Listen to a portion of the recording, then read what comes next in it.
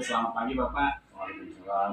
Ya, izinkan ini saya mendapatkan tugas mewawancarai tiga kepala sekolah Bapak termasuk Bapak. Saya minta waktu Bapak pagi ini untuk mewawancarai Bapak. Ada waktunya Bapak? Ya silakan ya. Oke, terima kasih Bapak ya. Jadi langsung ke pertanyaan aja ya Bapak ya. Ya. Nah, selama ini nih Pak, bagaimana Bapak mengidentifikasi kasus-kasus yang merupakan dilema etika atau bujukan moral? Ya ini kasus ini dilema etika ini ya terutama untuk saya sebagai kepala sekolah memang sangat menjadi kadang-kadang menjadi rayuan gitu bagaimana kita mengambil sikap kita untuk menangani kasus-kasus yang ada sekali sebenarnya di kasus itu adalah benar semua. Nah misalnya saya biasanya mengadakan kalau rapat atau rembukan dengan pihak-pihak terkait misalnya dengan guru bagaimana situasi ini untuk dijadikan supaya semuanya enak, semuanya bebas dari segala hal yang dengan kasus ini jadi intinya tidak ada yang dirugikan. Nah, kalau saya mengutamakan itu semuanya diuntungkan, semuanya tidak dirugikan dan kita saling menghormati antara guru-guru terutama kalau masalah murid ya kadang-kadang ada perbedaan pendapat kita cari jalan solusinya jalan tengahnya dengan cara merembukan mungkin seperti itu Pak Haji. Oke, silakan. Kita ke pertanyaan kedua Pak. Nah, selama ini bagaimana Pak Yadi menjalankan pengambilan keputusan di sekolah, terutama untuk kasus-kasus di mana ada dua kepentingan yang sama-sama benar atau sama-sama mengandung nilai kebajikan? Kalau itu kasus yang semuanya dianggap benar, tapi kadang-kadang kan pendapat orang lain belum tentu juga itu benar. Nah, itu identifikasi masalahnya dulu. Apa sih yang menjadi masalah di bidang itu? Kita cari analisis masalahnya, terus kita refleksikan bagaimana masalah ini supaya tuntas dan lebih baik. Nah itu ya salah satu kebaikannya ya cara penilaiannya, cara penyelesaiannya yaitu dengan dialog buka. Nah, kita panggil semua pihak yang ada di situ, yang terlibat di situ kita adakan dialog lagi. Ya intinya kesemuanya keputusan itu merupakan hasil musyawarah. Jadi dengan musyawarah ini permasalahan akan selesai dan semuanya tidak ada yang dirugikan. Itu Pak Haji. Baik Pak, kita ke pertanyaan ketiga. Langkah-langkah atau prosedur seperti apa yang biasa Bapak lakukan selama ini? Nah kalau ini langkah-langkah kalau semuanya ada permasalahan itu sebenarnya kalau dikatakan prosedur tidak ada. Yang prosedur yang baku sesuai dengan bukunya tidak ada. Tapi itu langkahnya langkah kebijakan. Kadang-kadang kebijakan di sekolah itu satu sekolah dengan sekolah yang lain pasti berbeda.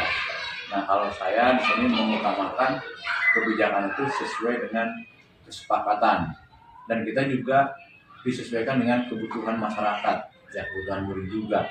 Apabila kita mengikuti prosedur dengan buku, belum tentu begitu akan sesuai dengan keadaan yang ada di sekolah itu. Makanya secara permasalahan ini saya pendekatannya ke musyawarah.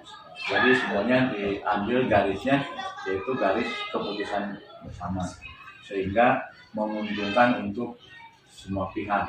Jadi tidak ada yang dirugikan, pihak yang lain juga tidak terlalu ya apa sih namanya jomplang lah. Ya, harus seimbang bagaimana keputusan itu. Demikian Pak. Oke, siap. Kita ke pertanyaan keempat ya Pak ya. Hal-hal apa saja yang selama ini Bapak anggap efektif dalam pengambilan keputusan pada kasus-kasus dilema etika? Nah ini yang paling efektif itu ya kembali lagi ya dengan musyawarah. Kita misalnya ada permasalahan dengan siswa yang namanya sekolah pasti kan permasalahan dengan siswa. Kita ambil orang tua murid bagaimana penyelesaian ini, terus kita ambil juga keputusan dari gurunya sehingga dalam keputusan itu ya tepat sasaran, jadi tidak melenceng dari aturan-aturan yang ada di sekolah.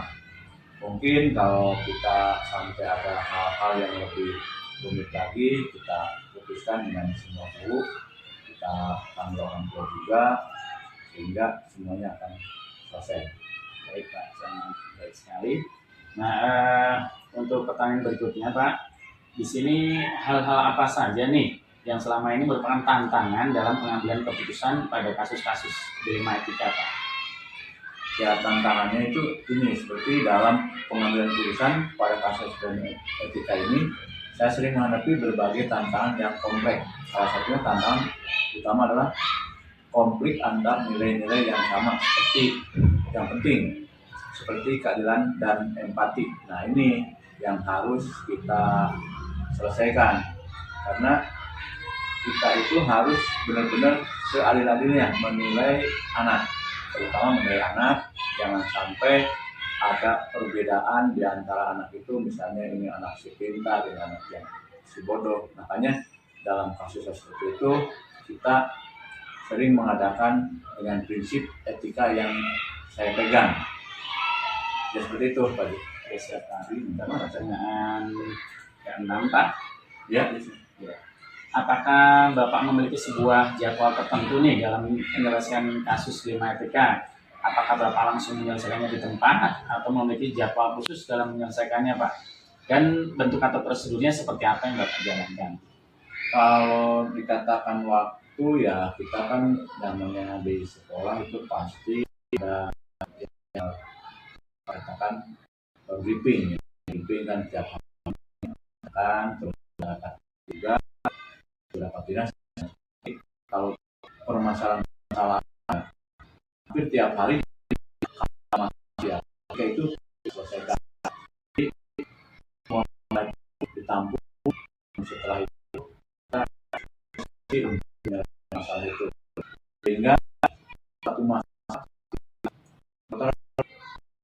jadi menunggu masalah nanti masalah yang kedepannya secara penyelesaiannya. Kita akan ke tindakan seseorang atau faktor yang selama ini mudah atau membantu dalam pengambilan kasus dilema etika. Ya kalau kita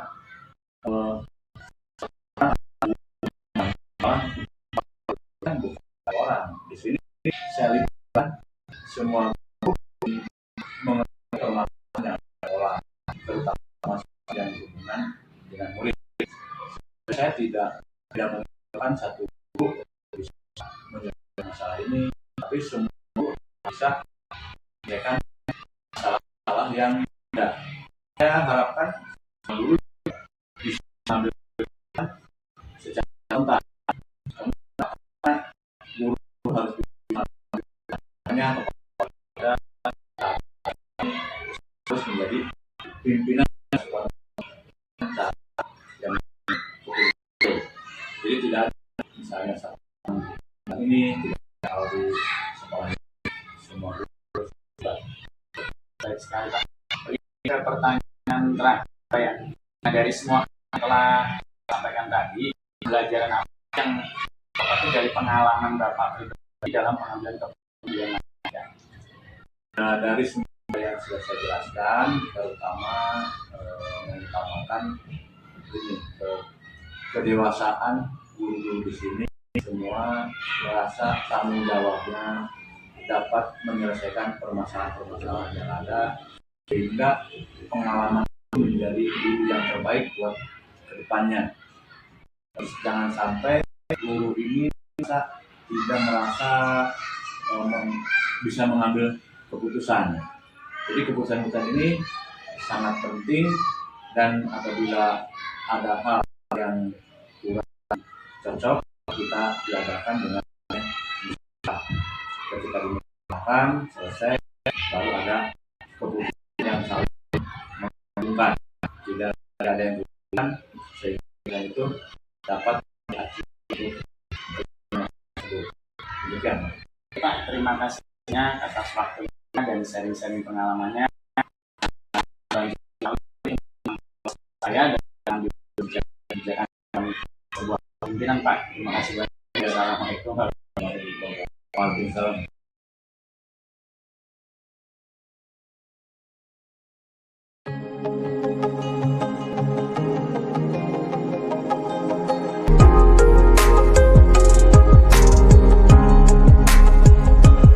Muhammad Azinar Ismail, guru penggerak kegiatan SOAS dari SDN Kota Baru. Kali ini saya akan mewawancarai Kepala Sekolah SDN Kota Baru Anggraini. Di sini saya akan mewawancarai tentang kebijakan Ibu ya. Pertama yang akan saya tanyakan, mohon Ibu. Ya, silakan Pak. Nah ini bagaimana Ibu dapat mengidentifikasi kasus-kasus yang merupakan etik atau Untuk mengidentifikasi kasus terkait dengan etika atau bukan moral, kita harus melihat dulu apakah kasus-kasus itu termasuk nilai kejujuran, bukan dan lain itu. Jadi harus kita identifikasi dulu awal dengan melihat pada faktanya. Nah, selama ini tuh bagaimana Ibu menjalankan pengambilan keputusan di sekolah, terutama untuk kasus-kasus di mana ada dua kepentingan yang sama-sama benar atau sama-sama mengandung nilai kebajikan? Seperti pertanyaan yang pertama tadi, yang pertama kali dilakukan adalah diidentifikasi dulu, Pak. Kita mengidentifikasi dengan cara apa? Dengan cara mengumpulkan fakta. Mengumpulkan fakta dengan cara apa? Dengan dialog. Dialog dengan siapa? Dengan orang-orang yang terlibat. Apakah itu guru, orang tua murid, ataupun pihak-pihak lainnya. Nah, setelah sudah dialog, sudah komunikasi, baru kita bisa memutuskan mana keputusan yang terbaik. Baik, kita ke pertanyaan berikutnya, Bu. Langkah-langkah atau prosedur seperti apa yang biasa Ibu lakukan selama ini? Kalau untuk prosedur, biasanya kita melihat dulu nih mengenai masalahnya seperti apa gitu. Jika memang permasalahannya itu adalah permasalahan yang berat, tentunya prosedur yang pertama yang saya lakukan adalah dengan berkomunikasi dengan pihak-pihak yang terlibat, mengumpulkan fakta supaya nantinya bisa mengambil keputusan. Baik.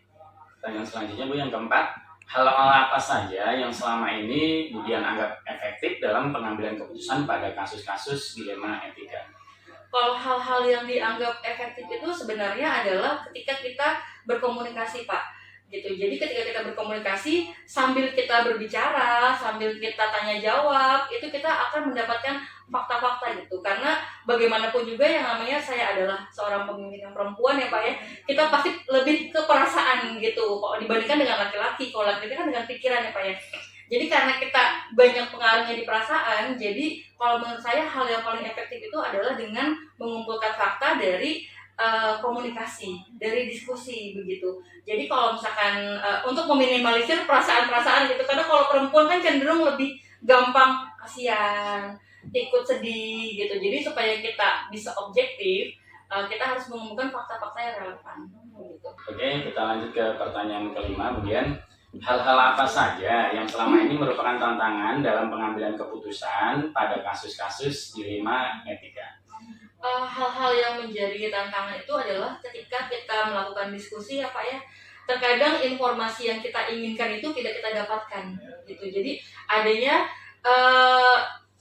fakta-fakta yang kurang gitu. Jadi ketika ada fakta-fakta yang kurang tetapi keputusan harus tetap diambil, tantangan buat saya adalah adanya rasa khawatir. Apakah keputusan yang diambil itu akan mengecewakan salah satu pihak, terutama untuk anak-anak ya Pak ya, yang dikhawatirkan sih itu. Oke, siap Bu. Kita ke pertanyaan ke-6. Apakah Ibu memiliki sebuah jadwal tertentu dalam sebuah penyelesaian kasus dilema etika? Apakah Ibu langsung menyelesaikannya di tempat atau memiliki sebuah jadwal untuk menyelesaikannya? Bentuk atau prosedur seperti apa yang Bu Dian jalankan selama ini? Untuk kecepatan mengambil keputusan gitu ya Pak ya, apakah langsung atau kita ada jadwal tertentu, itu tergantung pada kasusnya, tergantung pada berat atau tidaknya keputusan yang akan diambil gitu. Terkadang ada keputusan yang dapat kita langsung ambil di tempat gitu, karena ketika kita mengambil keputusan langsung, artinya resikonya itu sangat sedikit. Jadi kita udah tahu oh ya keputusan ini sepertinya benar gitu. Tapi untuk keputusan-keputusan yang sekiranya kita juga ragu untuk mengambil dengan cepat, biasanya saya ada jadwal tertentu gitu. Jadwalnya itu tidak baku seminggu, sebulan gitu, tapi jadwal itu lebih sistematis, lebih teratur. Misalnya saya segera mengumpulkan fakta, kemudian segera berkomunikasi dengan pihak-pihak terkait, kemudian ketika pun sudah mengambil keputusan, saya mengajak diskusi lagi gitu supaya untuk mengklarifikasi kira-kira keputusan yang saya ambil itu baik tidak sih, jangka pendeknya seperti apa, jangka panjangnya seperti apa. Jadi keputusan yang ambil itu benar-benar yang terbaik, tidak mengecewakan pihak manapun begitu. Oke, kita lanjut ke pertanyaan ke-7. Kemudian, adakah seseorang atau faktor apa yang selama ini mempermudah atau membantu Budian dalam pengambilan keputusan dalam kasus-kasus dilema etika? Kalau pertanyaannya adalah seseorang ataupun faktor-faktor yang sekiranya mempermudah pengambilan keputusan, tentunya di setiap sekolah ya Pak ya, kita pasti memiliki guru-guru yang kita anggap lebih bijaksana gitu, yang secara usia mungkin lebih tua dari saya, yang pengalamannya lebih banyak. Tentunya saya akan mengajak beliau untuk berkomunikasi. Pak, ini ada kasus, keputusan yang saya ambil seperti ini, kira-kira baik tidak sih Pak? Gitu. Jawaban beliau pun akan saya pertimbangkan gitu. Sekiranya memang sejalan dengan keputusan saya, tentunya akan saya ambil keputusan tersebut. Gitu. Kemudian ada pun dukungan dari guru-guru, kemudian dukungan dari pihak lainnya gitu. Hal tersebut juga menjadi faktor yang mempermudah begitu. Karena ketika kita ingin mengambil keputusan, kita itu harus enak dulu ya Pak ya perasaannya gitu. Nah dengan dukungan tersebut kita jadi lebih mudah untuk mengambil keputusan. Oke, siap. Kita menuju ke pertanyaan yang terakhir ya Budian ya. Dari semua hal nih yang telah disampaikan Budian, pembelajaran apa yang dapat Budian petik dari pengalaman Ibu selama pengambilan keputusan dilema etika? Jadi belajar lagi mengenai nilai-nilai ya Pak ya. Karena yang namanya dilema etika kan kita seperti dua hal yang sama baiknya, sama tentang kejujuran misalnya, sama-sama jujur, tapi kita kan harus mengambil satu nilai gitu. Jadi ada pelajaran lagi gitu, bagaimana caranya mempelajari mengenai nilai-nilai mana yang lebih penting, kemudian menjadikan kita seseorang yang lebih berintegritas. Kemudian ketika kita mengambil keputusan, kan kita kan pasti merefleksi ya Pak ya, tepat tidak sih gitu. Nah itu akan jadi pengalaman lagi buat saya. Jadi ketika suatu saat bertemu dengan kasus seperti ini, dulu saya pernah mengambil keputusan seperti ini, ternyata baik atau ternyata tidak baik gitu, ternyata harus ada lagi yang yang lebih baik lagi gitu. Jadi di situ saya jadi belajar lagi, karena pengalaman kan pasti lebih bagus ya Pak ya, begitu Pak Haji. Oke, terima kasih Budian, terima kasih atas kesempatannya, atas waktunya, dan sharing-sharingnya mudah-mudahan menjadi ilmu buat saya dan orang pada umumnya. Wassalamualaikum warahmatullahi wabarakatuh. Waalaikumsalam.